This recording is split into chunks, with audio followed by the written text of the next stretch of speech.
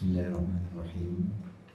Assalamualaikum warahmatullahi wabarakatuh.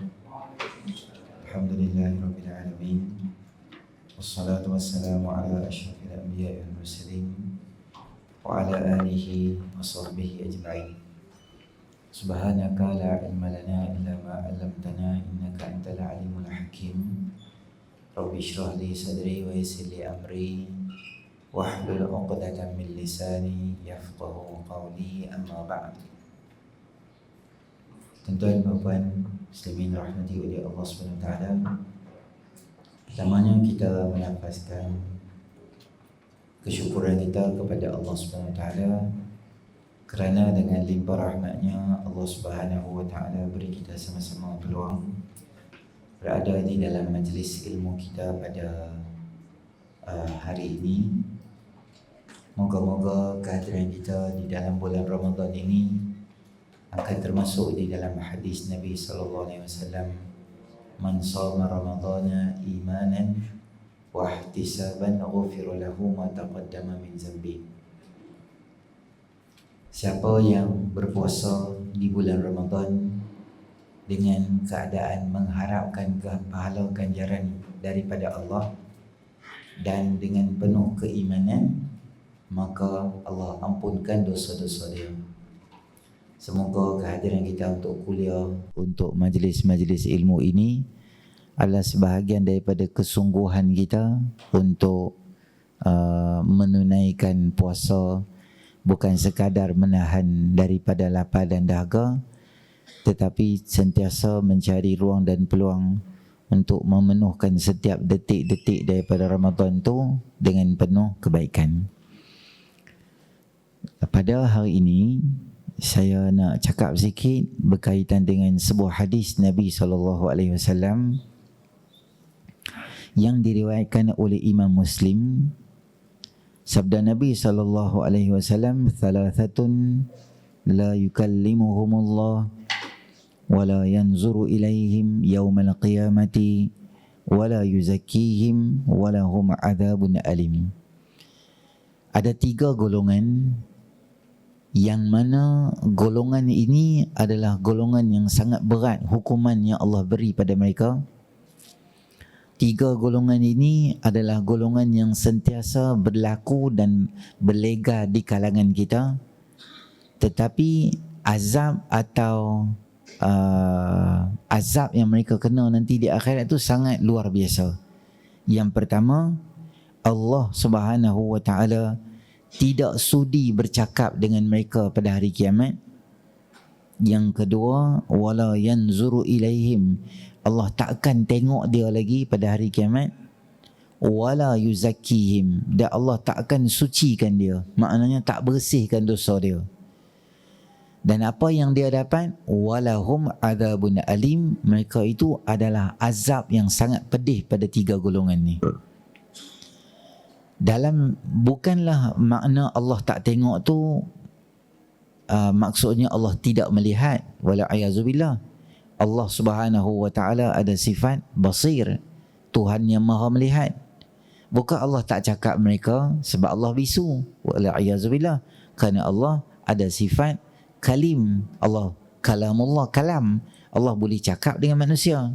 Dan Allah Subhanahu wa taala ampunkan dosa. Bukan bermakna Allah tak ada benda tu. Allah ada, tapi orang ni yang buat benda ni dia tak dapat. 3 benda tu dia tak dapat. Dalam kehidupan kita kat dunia ni, kalau orang tak tengok kita dan orang tak cakap dengan kita, tambah orang tu orang yang rapat dalam hidup kita, maknanya kita jadi, perjalanan hidup kita jadi resah dan gelisah. Contoh, isteri duduk di rumah, suami dia tak cakap dengan dia. Adalah benda apa kemerajuknya pasal suami tak cakap dengan dia. Jadi seharian kerja seharian yang dia nak buat kat rumah tu jadi macam tergendala, jadi susah. Benda-benda yang memerlukan keizinan suami jadi nak cakap jadi payah, susah. Begitu juga kalau isteri, suami dia tak cakap dengan, begitu juga suami, isteri dia tak cakap dengan dia. Isteri dia kata, abang mai saya telefon nak tengok. Abang dia peluh lah, risau lah, bagi telefon, password tak bagi. Dia ingat password lama, baru password lama tak boleh buka. Password apa? Abang ada kata tak payahlah cek, tak ada apa pun apa semua. Paksa pi paksa main, bagi nombor telefon, bagilah password, buka tu macam-macam lah. Saya memang sayang tak sayang lah dengan staff tempat kerja lah. Gaya tu bukan macam staff sembang tu. Gaya tu bukan macam customer dan klien. Cara sembang tu dia ada border bawah sikit pada isteri, atas sikit pada kawan. Cara dia tu ada love lah, ada macam-macam lah. Isteri merajuk dengan suami dia, tak cakap dengan suami dia. Suami dia pun jadi serabut juga.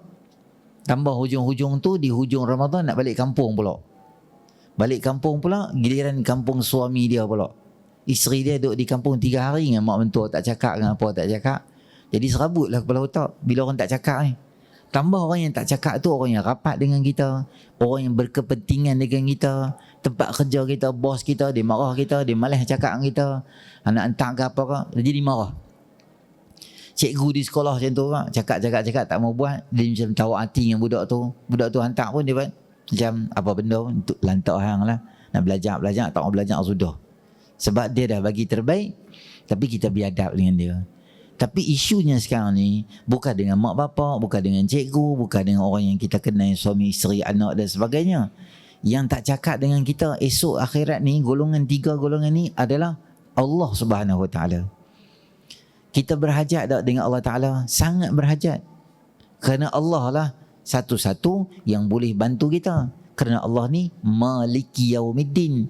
Allah ni ketua bagi segala hari pembalasan tu. Allah tanya, limanil mulkul yawma lillahil wahidil qahar. Siapa ketua sekarang ni? Siapa raja sekarang ni? Siapa pemerintah sekarang ni? Aku, Allah yang satu, Esa dan Qahar, yang maha perkasa. Jadi Allah ni adalah Tuhan kita, yang kita bukan sikit anak yang berhajat dengan dia esok di akhirat, sangat berhajat. Tapi golongan ni Allah tak mau cakap dengan mereka, Allah tak mau tengok mereka. Allah macam bahasa kita, tak layan lah, bolayan lah, biar hang macam tu. Siapa dia 3 golongan ni? Yang pertama kata Nabi SAW, al-musbilu izarahu, orang yang melabuhkan kainnya. Orang yang melabuhkan kainnya, tu terjemahan literal hadis tu lah. Maksud dia apa? Maksudnya adalah orang yang sombong, sengaja melabuhkan pakaian dia dengan niat sombong dan takabur. Maka golongan ini adalah golongan yang pertama Allah tak suka dekat dia. Kita bila pakai pakaian untuk lelaki, sunnahnya kita pakai atas pada buku lali. Ni buku lali kita. Ni buku lali kita. Kalau kita pakai pakaian bawah pada buku lali untuk lelaki ke perempuan, lelaki, maka perbuatan tu makruh nama dia. Tapi kalau kita pakai sama dengan buku lali, sama lapis itu, nama dia harus. Kalau kita pakai atas pada buku lali, hukum dia adalah sunnah, dapat pahala sunat dan dapat ganjaran, sebab kita ikut apa yang diajak oleh Nabi SAW. Saya ulang, sini buku lali, kalau bawah pada buku lali makruh, sama paras buku lali harus, atas pada buku lali ni sunat. Tapi sama ada sini atau sini atau sini, pakai dengan niat sombong dan takabur, hukum dia haram. Walaupun hang niat ni nak ikut sunnah, pakai macam Nabi lah, tapi ada di hati kita, dekat masjid ni aku yang paling bagus sekali, aku yang paling hebat sekali, sebab aku seorang je amal sunnah, orang lain semua tak pandai, biar pergi kat hampa. Kita rasa macam tu, rasa diri hebat, rasa diri sombong. Di situ Allah marah. Bukan sengaja pakai, tak apa. Kita kadang-kadang pergi Mekah, saiz Arab ni saiz besar. Kita kalau beli XL, kita beli L, kita beli M, kita beli S pun belum tentu sama saiz kita. Kadang dia sendak kat bau, kadang dia labuh jadi manjang ke tu. Teringin nak pakai, beli dah. Nak pergi jahit di Malaysia, nak basuh tak dan dah. Dengan plastik-plastik tu dikoyak maghrib, dia pakai jubah tu, Al-Haramain jubah. Adik seronok pakai. Tapi labuh lah meleret sampai situ. Kita jumpa Pak Haji tu kat Mekah, kita kata, Pak Haji, 3 golongan yang Tuhan tak akan cakap di akhirat. Pak Haji salah seorang. Pak Haji terkebir-kebir, dia tak, neraka pula aku, baik je aku main Mekah. Tak, tu tak apa. Tu tak jahit lagi, bukan niat sombong. Kadang-kadang kita pergi Mekah dia terjual jual bandel lah. Nigeria, Somalia jual bandel. Kita beli. Kita macam tu lah. Hak jenis nak pergi semayang beli bandel. Hak jenis nak pergi berjalan cari hak baju elok-elok lah. Dia kata tak apa lah, belilah jubah RM10, RM20. Boleh lah abang nak pergi semayang tu. Amboi. Allah kata ya bani Adam khuzu zinatakum 'inda kulli masjidin wa kulu washrabu wa la tusrifu innahu la yuhibbul musrifin. Wahai anak Adam, kalau hampa nak pergi masjid, nak pergi sembahyang, pakai pakaian terbaik yang ada pada kamu. Apa yang terbaik yang ada kat kita? Kita pakai pakaian tu. Ada rezeki lebih sikit, boleh beli telekung yang elok, yang selesa untuk kita sembahyang, itu tak salah. Boleh, kita boleh beli. Maka memanjangkan pakaian dengan pakaian tu bukan dengan niat sombong, maka tidak dicela dalam syarak. Dalam hadis riwayat Imam Muslim ini, yang menyatakan marahnya Allah Ta'ala tu adalah pada orang yang sombong dengan takabur dengan dalam hati dia. Tuan-tuan muslimin rahmati oleh Allah, orang dulu, raja-raja dulu, dia raja Rom, raja Parsi, dia nak tunjuk kata dia kaya, dia nak tunjuk kata dia megah, dia nak tunjuk kata dia punya kekayaan tu besar, dia akan pakai pakaian yang labur, yang panjang, dan di belakang tu ada hamba-hamba yang akan angkat baju dia tu.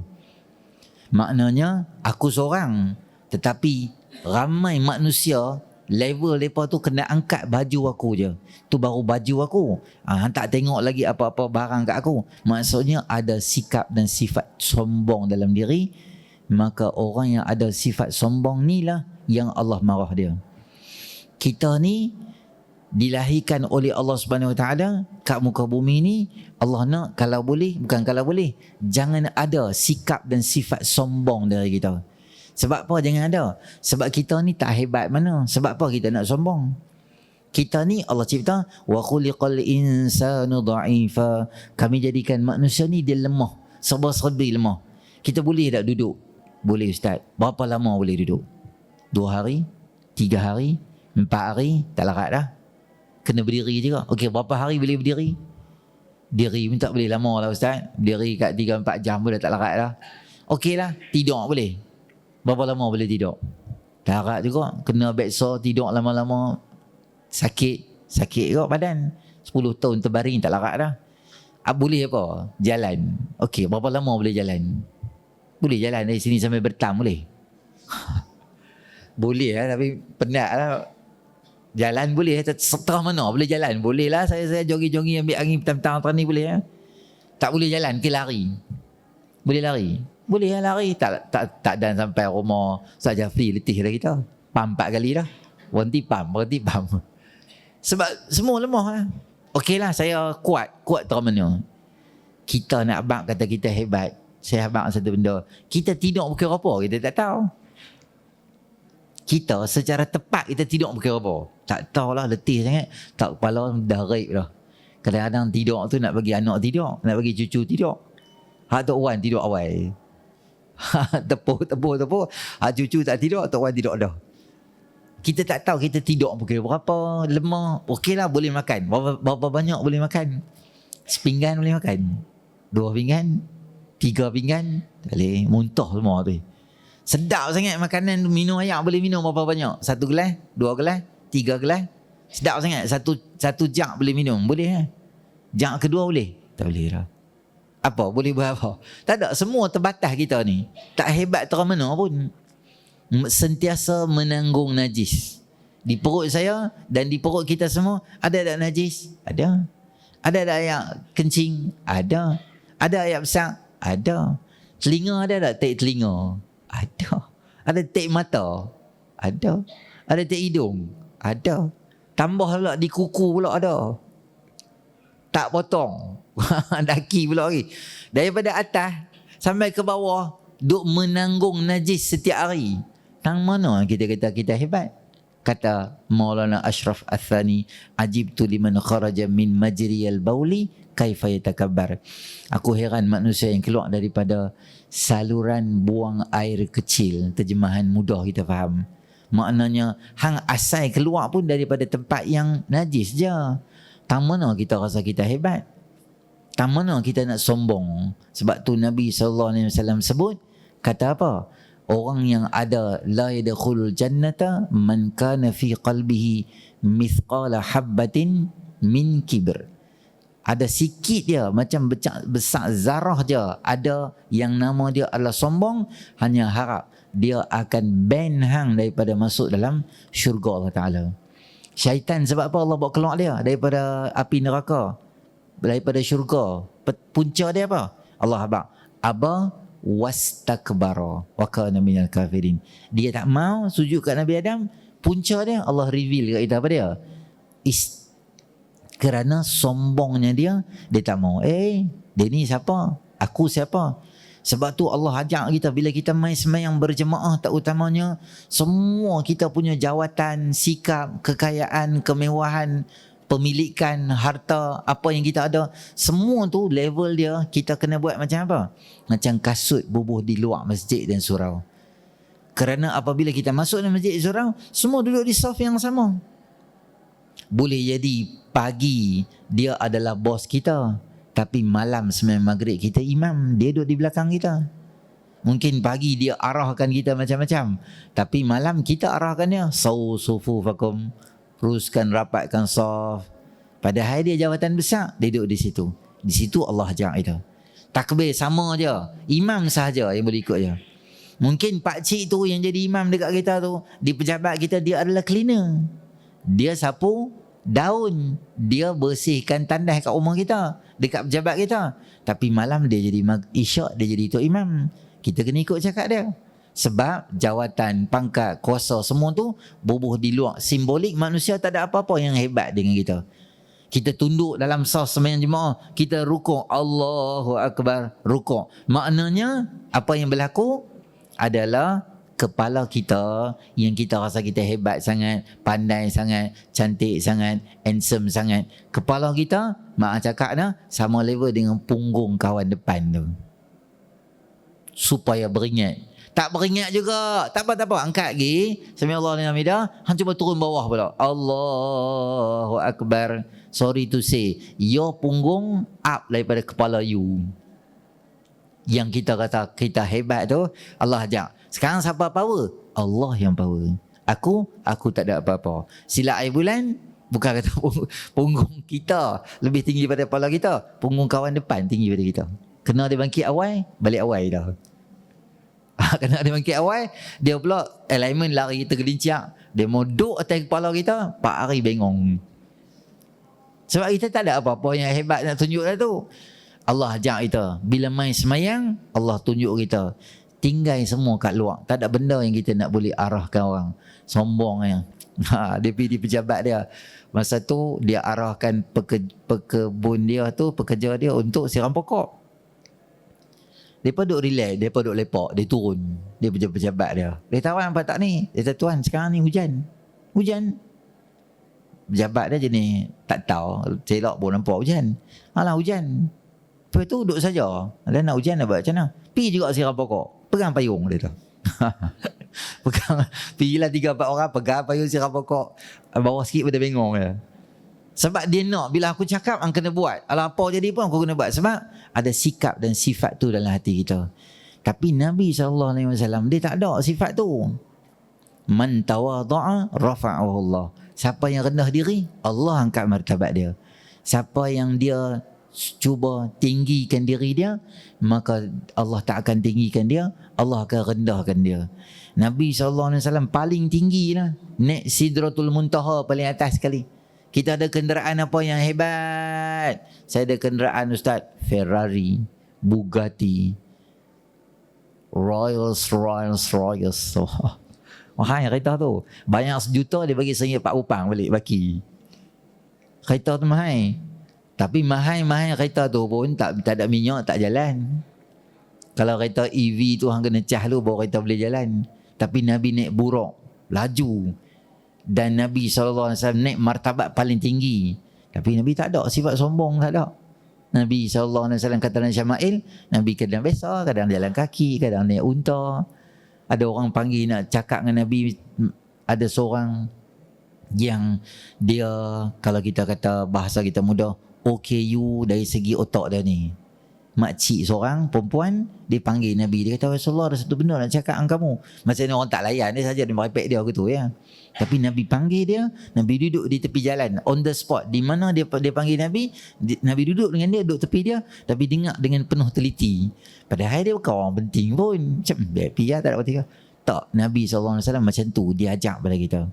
Maka sikap yang pertama yang jangan ada dalam diri kita adalah sifat yang kita katakan dia sebagai sombong. Kerana sombong ini, dia tak ada benda apa yang dia boleh hasilkan dari kita, melainkan dia akan rosak semua benda dalam kehidupan kita. Sikap yang pertama kita kena buang adalah sikap sombong, simbolik daripada labuhnya pakaian tadi tu. Yang kedua yang Nabi SAW sebut adalah berkaitan dengan wal mannanu fima a'ta, orang yang suka mengungkit apa yang dia telah beri. Dia bagi dah, dia suka ungkit. Dia bagi dah, dia suka ungkit. Contoh dia apa dia? Kita ni ada duduk di kampung. Tiba ada seorang bawa kereta besar sikit lah, kereta mahal-mahal sikit. Main duduk di kampung, di kedai kopi kita tu, kita main. Dia main dengan keluarga dia, turun 3-4 orang, ataupun dengan businessman dia semua. Dia pun main salam, "Makcik, sihat kau? Sihat. Makan dah kau? Makan." Dia pun duduk situ makan. Kita duduk satu meja. Kita kata kat dia, "Hang kenal siapa tu?" Dia kata, "Tak kenal." "Hang tak kenal, hang baru pindah duduk kampung ni. Tu anak Haji Arsyad." "Siapa dia Haji Arsyad?" "Bapak dia dulu susah. Rata-rata rumah aku dia main potong rumput. Kadang-kadang kenduri apa ke dia lah duk kerja banyak tu. Anak dia tu yang sekarang hang tengok dia hebat tu. Tapi satu ketika dulu dia nak pergi sekolah menengah dulu, nak pergi beli baju pun bapak dia tak ada duit. Bapak dia main kat aku. Aku duk bagi kat bapak dia. Tu nak pergi universiti tu, anak dia tak tahu apa duk di situ tu. Orang yang kita tolong tak tahu, tapi kita duk ungkit dekat orang lain." Kata Allah Ta'ala, "Ya ayyuhalladzina amanu la tubtilu sadaqatikum bil manni wal adha." Wahai orang beriman, jangan batal pahala sedekah hangpa. Jangan hilang dan hapuskan pahala sedekah hangpa hanya disebabkan hangpa ni suka mengungkit-ungkit. Once hang dah bagi dekat dia tu, maka hang biar dia, jangan ungkit.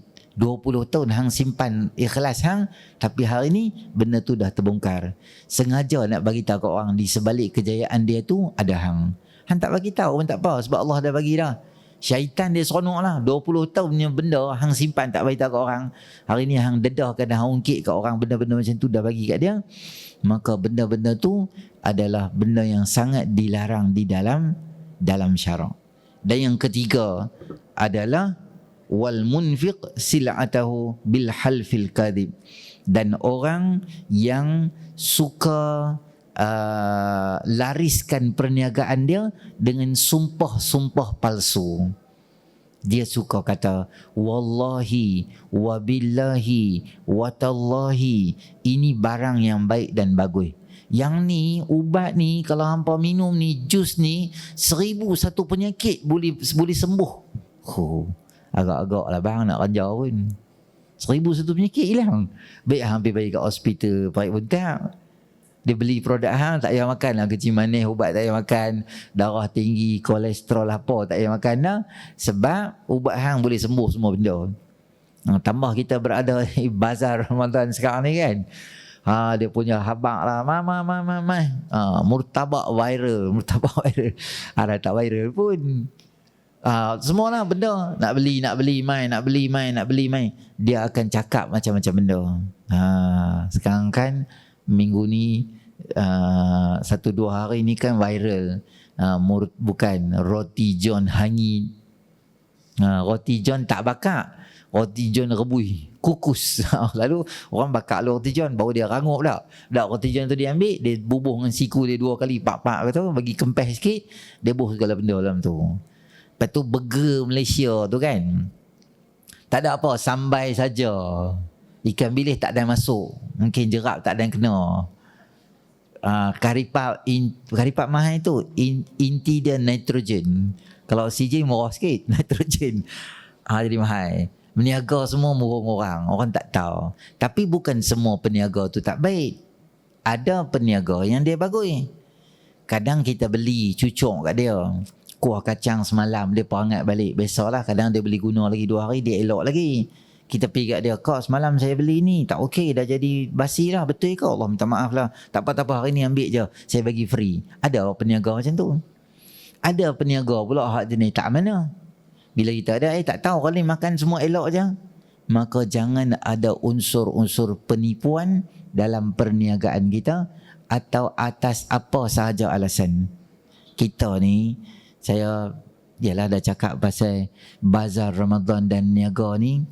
Banyak saya tengok kadang-kadang bila peniaga, makanan dia tak habis, dia hantar mai ke masjid dan surau. Ayak ke, bihun ke, apa-apa tak habis, dia hantar mai masjid surau. Boleh ke makanan tak habis kita hantar mai surau? Muslimat lah sudah jawab. Boleh tak? Kalau kita tak habis makanan, kita hantar pergi masjid, hantar pergi surau. Ada jawapan? Tak apa marah. Jawab, saya tak akan marah pun. Saya tak akan bawa kayu hoki pergi pukul, tak ada. Jawapan dia, boleh dan tak boleh. Daripada hang nak buang saja benda tu, baiklah hang bagi kat masjid. Budak-budak kadang-kadang main semayang, lari sini, lari sana, mereka letih, mereka buka, mereka boleh lah minum. Geng-geng habis 8, mereka boleh habis sebat seorang sikit. Tetapi, janganlah tiap-tiap hari hantar tak habis. Sekali-sekala, hantarlah yang baru.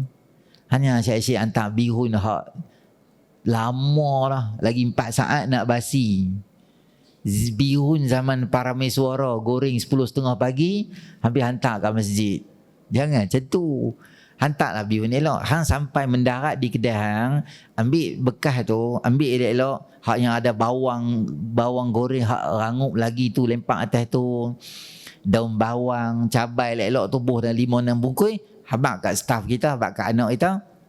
Hampir hantar kat surau tu. Biar mereka makan. Biar orang surau tu makan elok sikit. Hari-hari bagi soya tu, dia tak ubah jadi soya lah. Pukul 4.30 petang dia soya lah. Tapi dia mai ujung-ujung tu dia tak apa soya lah. Pukul 7 mana soya. Dia rasa es ketui banyak aku tu. Dia kata apa? Hantar masjid ni tak apa lah, geng-geng masjid. Ingat apa? Kami semua geng sebat semua benda, tak tahu apa nak buat tu. Lapak sangat aku tu. Cubalah hantar soya hak elok sikit sekali-sekala. Biarlah geng masjid sedut rasa soya tu. Yang ni tok cari soya tak jumpa. Tak jumpa, tak perisa apa dia tanya kawan dia. Kadang-kadang dia hantar Seri Muka tu, Allah. Projek Seri Muka ni, Alibaba-nya projek, simen tak apa kuat. Dia bangunan tu dia gerak ke tu. Bagi pula ke anak dia. Anak dia pula bubuh dalam 3-4 tu pukul 7.15 bagi benda nak habis ha. Anak dia pula dah jam 3. La bawa aku tu bangunan hancur tinggal bawah saja. Sampai pula Tok Bilal. Elok ah, Bilal pun gigi tak apa ada, pakai poliden. Poliden lupa nak bawa pula hari tu. Buka puasa tahu macam mana dia buka. Dia buka puasa tu dia ambil straw cendol minum. Kawan tu kata, aku tak pernah jumpa lagi cendol ni. Dia tahan cendol ni, cendol Seri Muka. Sebab hancur dah. Yang tu yang hantar kat masjid surau tu. Hantarlah baru-baru sikit supaya orang makan tu jadi seronok. Dia banyak benda kadang-kadang dalam bulan puasa ni kita kena perbetui sikit lah, terutama. Ahli jawatan kuasa pun saya nak ingatkan juga. Kadang-kadang kita suka bagi makanan yang tak elok bagi kat orang, yang elok bagi kat kita. Kadang orang hantar bihun, orang hantar kuih, orang hantar nasi biryani, orang hantar macam-macam kan. Jadi kita ni cari makanan sedap-sedap tu kita simpan untuk kita. Hak bihun bodoh lah kita panggil tu. Bihun bodoh, kuih tiaw pekak, hak jenis bihun OKU punya tak ada apa semua. Murung-murungnya makanan tu bagi kat siapa? Bangladesh nanti makan. Bangladesh kita buat promo ha. Bye apa khabar? Bye. Mana kawan bye semua kawan tarak ke? Bye semua sini duduk. Sebab apa? Sebab sini bihun pekak ya.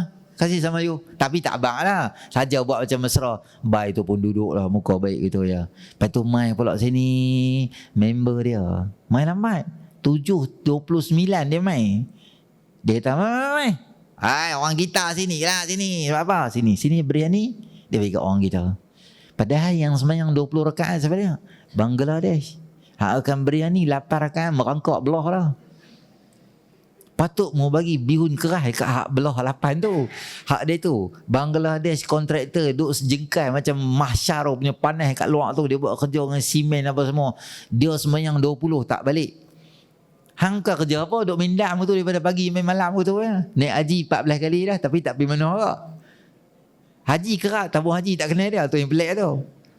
Hak jenis tu makan. Jangan macam tu. Jangan pilih orang. Bagi makan kat orang tak apa. Dah hang nak buka puasa, banyak tempat saya tengok. Bila kita nak pergi tempat orang, nak ambil nasi, nak beratok, mereka akan usah kita macam kita ni adalah King Kong. Kau macam kita tu, mana mai sambil sama mereka. Mai dah. Mereka ni mah tempat mereka tak ada makan lah tu, duk main ambil ke tempat kita. Oh, jenis tu lah. Tuan-tuan ambil dalca, terlangkuk di kepala dia. Bukan hang buat kenuri pun. Hang kalut buat apa? Hang tak ada jawatan apa pun. Orang nak ambil main makan, siapa sahaja bagi makan tu besar hatilah. Siapa bagi kita orang makan buka puasa ni, bukan kira bangsa, kira apa-apa. Siapa main bagi ya? InsyaAllah hang dapat pahala puasa dia. Hanya kira Korea dia. Korea dia, orang lain tak boleh main. Sebab apa panggil huduh tu? Saya tengok sekali satu kes, motor ni apa, duduk dah semua dah. Azan 7.30, kawan tu main dalam 7.25. Main daripada kerja, galas beg, pakai badge kerja, B Brown ke apa kabut kat dalam poket ke tu. Kelang kabut cari tempat apa semua. Tapi dah penuh. Ujung-ujung ni orang semua dah ready makanan, semua siap dah. Dia main ni, dia bukan orang sini. Tengok nombor plate dia tahulah, VCQ. Bukan orang sini, dia orang luar, orang Kuala Lumpur, orang Damansara. Dia bukan orang kawasan kita. Jadi bila dia terpinga-pinga, nampak macam dia kelang kabut, cempera gitu, kita buat apa? Terutama ahli jawatan kuasa masjid. Hang bangunlah. Raikan dia, abang, mai sini. Nasi tak ada dah. Hang pergi ambil satu pinggan. Memang kita bosong sikit. Murtabak sini ambil sikit. Murtabak sini ambil sikit. Memang duduk sini bang. Kita bangun, kita bagi dia duduk. Habis aku duduk mana? Hang pilah duduk mana? Hang AJK tempat hang takkan tak tahu tak mana nak duduk. Pergi duduk tepi pintu pejabat ke apa ke. Pergi duduk mana-mana. Dia orang luar, dia tak tahu. Jangan bagi dia terpinga-pinga macam tu. Bagi dia makan. Ambil bekas, ambil bubuk kau. Okey, seorang bawa sikit-sikit kat dia. Ambil kurma bagi kat dia sikit. Share. Kita create satu makanan bagi kat dia. Walaupun dia tak ada lah makanan tu. Barulah jiwa kita tu jiwa bersih. Orang nak tolong orang untuk orang buka makan. Jangan tengok dia Bangladesh ke, dia ni orang luar ke apa ke. Jangan perangai ke tu. Anak Korea yang boleh makan sini. Orang lain tak boleh. Masa hang bu derma tabung masjid, ada tak hang bu? Anak Korea aja boleh derma. Orang lain tak boleh derma. Amaran tegas pada orang di luar Korea, tolong jangan derma dalam tabung ni. Tak ada kan? Mai sang derma hang sebat semua orang punya duit. Mai nak bagi hang kira pula. Padahal yang bagi duit tu macam orang bagi duit. Orang nak bagi orang buka puasa. Main lah, siapa main pun tak apa. Bagi. Kita besar hati bagi ke orang. Allah akan murahkan rezeki kita. Allah akan bagi lebih banyak pada kita. Kita makan sikit, kita makan banyak tu nombor 2. Tapi jiwa kita nak tolong orang tu sangat besar. Jangan pergi ambil makanan. Kerak lah saya bagi tahu benda ni. Dia pergi kat masjid pukul 7.15. Dia buat macam drone. Tahu dia pergi usah makan mana sempoi tu. Sekali dia ambil bihun Singapura, dia pergi buh celah pinggan. Sekali dia ambil 3-4 karipap, dia buh dalam laci. Dia ambil murtabak, dia pergi buh belakang tu. Makan buka puasa kenyang. Tinggal bihun, tinggal yang tu tinggal. Tok siap pukul 11 habis tadarus semua buka. Ya Allah, murtabak ada 2. Baru nak bersih pinggan, bihun Singapura datang ni. Ya Allah, kesiannya. Kawan tadi mai tu sampai tak cukup-cukup makanan. Kita nak share-share dengan dia makanan. Dia pula membazir makanan aku tu. Bulan puasa, bulan memberi. Bukan membalas makanan yang ada. Boleh balas? Boleh. Lepas maghrib. Lepas maghrib dah habis orang buka puasa dah. Ada 3 bungkus lebih. Tanya ustaz, ni Tok Imam boleh ke saya nak ambil ni? Boleh tak apa. ni ayah saya ni tak apa sihat ni, saya bagi dia rasa sikit macam sedap nasi ni. Boleh. Sebab dah habis buka puasa, tak apa dah. Jangan sebelum. Sebab kesian orang main makanan tak ada benda. Itu perangai yang kita kena ubah. Dan balik kita pada bazar Ramadan balik, kita jangan bersungguh-sungguh sumpah kata makanan ni sedap bang, hebat bang. Tapi akhirnya kita buat tu tak betul kita buat tu. Milo beritahu Milo, jangan buat koko cak keluarga. Cakap Milo. Kalau Biko beritahu, ambil plastik Biko letak dekat balang. Sebab kita pun seronok tengok balang berpeluh-peluh tulis Milo. Kita pun kocak beli balik mai. Serap sekali kita tak ni bukan Milo ni. Ni ranjau serbuk koko. Dia murung orang. Maka jangan meniaga tipu. Ham niaga soya pukul 7:15. Tak sama macam soya macam 4.30 tadi. Soya 4.30 dia rasa soya. Pukul 7.15 bolehkah hang jual sebungkus RM1.50 sama macam hang jual soya 4.30 petang? 4.30 petang, hang jual RM1.50. Okey. Jual RM2. Okey. Sebab dia rasa. Kawan tu balik simpan dalam peti ais, lagi dia boleh minum. 7.15 tak ada apa. Benda hang nak buang dalam parit kot. 10 minit lagi hang akan buang benda tu dalam parit. Sebab apa benda yang tu hang tak ada hati nak bagi free kat orang dengan niat sedekah. Tak apalah sedekah buruk-buruk tu pun paling tak ada hang tak balas duit ke orang yang sama. Dia boleh gamuk ambil. Padahal 10 minit lagi azan benda tu lempak dalam parit ya. Maknanya benda yang nak buang dalam parit, hang tak ada hati nak bagi free ke orang. Bukan semua peniaga. Ada peniaga hak jenis kira macam ni. Jadi, kita balik pada cerita kita balik. Jangan ada sumpahan-sumpahan palsu untuk lariskan perniagaan kita yang Nabi SAW tak bagi. Itu 3 golongan lah. Yang pertama apa dia? Orang yang sombong. Yang kedua adalah orang yang manan, orang yang suka ungkit-ungkit dia punya pemberian dia tu. Dan yang ketiga adalah orang yang bersumpah untuk memajukan perniagaan dia dengan sumpahan atau janji-janji palsu. Dia macam create kata benda yang dia jual itu bagus. Banyak dalam masyarakat kita ni suka meniaga tipu macam ni. Fake review. Macam saya sagi, katalah contoh, saya balik sagi, saya jual ni. Contohlah, yang ni ubat kurui. Contoh, mampu makan ubat kurui ni mati terus, tak kurui dah. Ubat kurui ni, saya beritahu lah, saat lagi saya buat live pukul 4, saya akan cerita produk saya ni, ubat kurui ni. Ataupun saya beli makeup yang saya keluarkan satu produk makeup yang cantik, yang flawless, muka macam bercahaya-cahaya, macam bertakwa aku tu. Tapi baru seminggu produk tu masuk. Saya cari influencer, saya cari tiktokers, saya cari youtuber mana-mana yang ada nama, yang followers, yang subscribe dia juta-juta. Saya panggil dia duduk di sebelah, saya bagi kat dia satu amount dan dia pun cerita pasal ubat yang buka muka ni. Produk tu baru keluar seminggu. Hang try pun tak. Hang pun tak tahu produk apa. Muka hang memang dah elok dah. Lepas tu kita ambil produk tu, kita kata dia buat produk ni. Orang ni dia suka ikut artis. Dia suka tengok baju apa dia pakai. Dia suka perkongsian peribadi. Artis tu dia suka. Sebab dia nak tiru macam artis tu lah. Kalau kahwin pun nak macam artis. Kalau apa semua-semua benda. Jadi benda yang dia pakai kat muka, yang bagi muka dia cantik seharian. Jadi orang nak tahu lah produk apa dia pakai. Bila dia habang kata produk ni, orang beli ramai kat dia. Padahal dia guna pun tak. Mungkinlah dia guna sehari mana ada kesan. Dia guna, dia tipu. Satu lagi, saya cakap kat tuan-tuan, saya akan buat review produk ni, buat live, saya bagi kat tuan-tuan semua RM50 seorang. Bagi RM50. Masa saya live, tuan-tuan masuk. Ni ubat kurus ni. Ni ubat apa nama, sakit lutut boleh sembuh ni. Kita pun masuk di situ. Betul. Aku beli kat mak aku. Boleh, baguslah ubat ni. Mak saya dulu nak semayang susah. Sekarang masuk 100 meter lari. Dia murung kat gak lah. Dia kata bapak dia dulu tak boleh, nak jalan pun susah pakai tongkat apa semua. Sekarang ni bapak saya sihat. Bapak saya boleh buat tukang tongkat bagi kat orang pula. Dia boleh gaji, paku semua hebat. kita komen. Jadi kita duk live, kita tengok orang duk komen dekat sini ni, berlambak-lambak masuk love, buat tangan best apa semua tu. Produk ni bagus kot. Ramai orang duk kata bagus, dia guna untuk mak depa, ayah depa. Teringat ayah kita kat kampung duk apa, susah nak semayang, sakit lutut sebagainya, kita pun beli. Tekan beg kuning, tekan beg koko, tekan beg kelabu, datang apakah. Cepat. Okey, sekarang ni kita dah dapat dah 200 dah. Kita punya sales dah banyak dah. Cepat masuk. Lagi dia rancak . Ataupun dia buat fake review. Saya bos syarikat. Ini semua geng-geng lelaki dengan geng-geng perempuan semua ni adalah staff saya. Saya suruh setiap tuan-tuan ni buka 3 akaun Facebook atau akaun TikTok. Seorang mesti ada 3.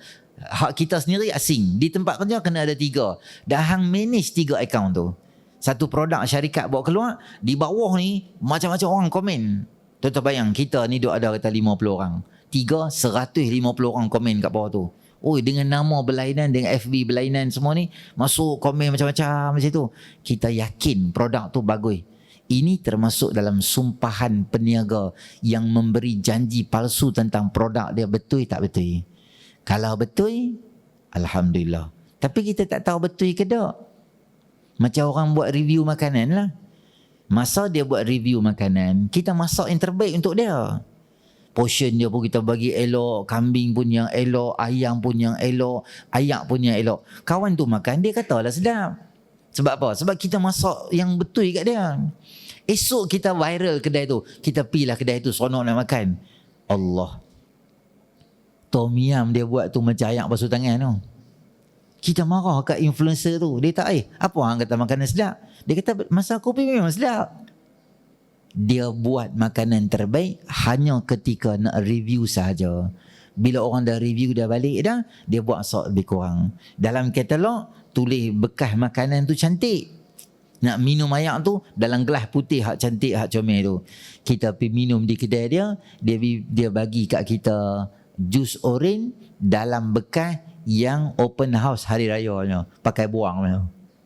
Kita kata dalam ni tu dia cawan, tu display sahaja. Ataupun dia tulis dalam kurungan, ini untuk ranjau sahaja, untuk murung sahaja. Kita kena ke tu.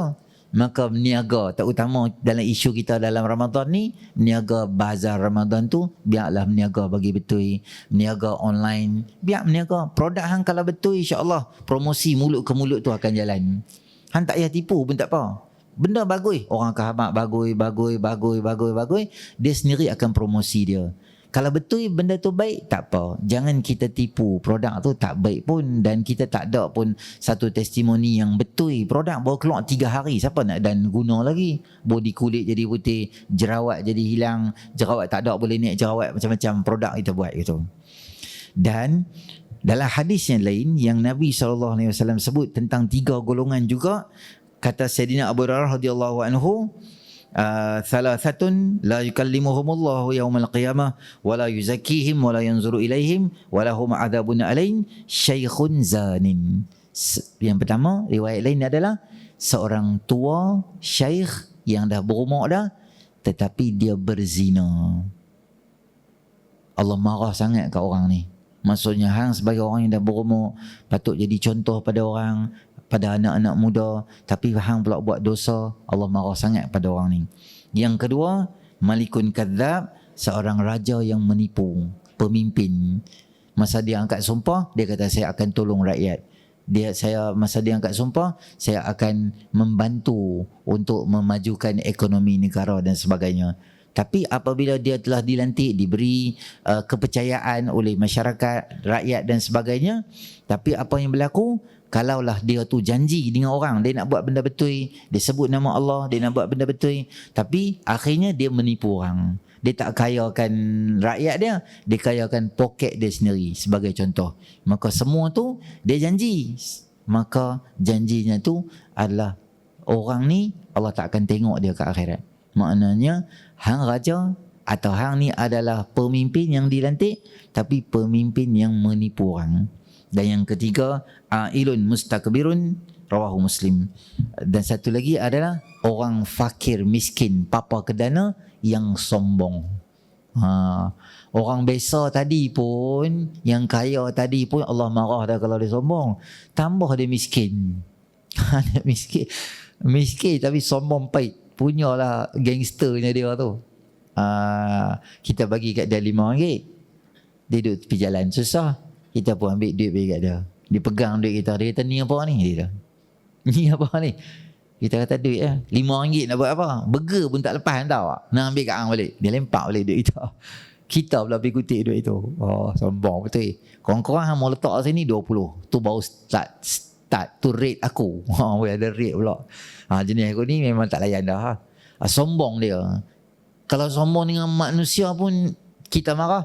Tambahlah miskin sombong dengan Allah. Dah miskin tak semayang. Dah miskin berzina. Dah miskin buat benda jahat pula. Allah. Dunia lagi Allah marah. Akhirat pun Allah marah. Akhirat tu Allah marah sungguh lah. Sebab sampai tak cakap, tak mau tengok, tak ampun dosa mereka, dan disediakan azab yang pedih mereka. Jadi dua riwayat, kedua-duanya itu adalah riwayat daripada Imam Muslim.